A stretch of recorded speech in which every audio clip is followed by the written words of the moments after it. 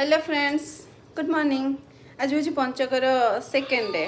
तो second day पर आम घर आज कौन हो बही पढ़ा सरी ठाकुर पूजा सरी दीटा सरी रोसे भी स्टार्ट कर देचु। माँ तर रांधु रांधुड़ी शुई गले शुंतु।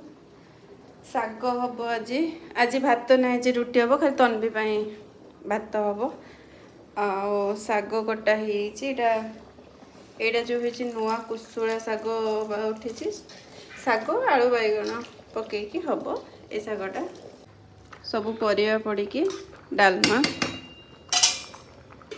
डालमाटा एवं कंपलसरी सबुदिन डालमाटा सबुदिन हम।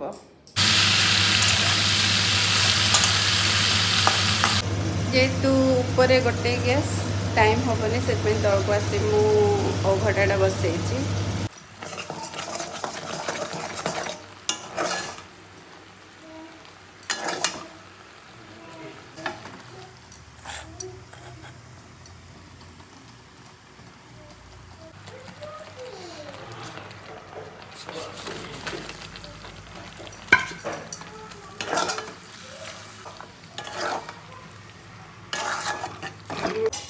आमर तो पंचुक आज रुटी डालमा और शाग हम औखटा भी हम किंतु भात हेनी जेहेतु काली भात खाई आज भात। तो आपण मान घर आज कौन हो कमेंट कर जनइबे।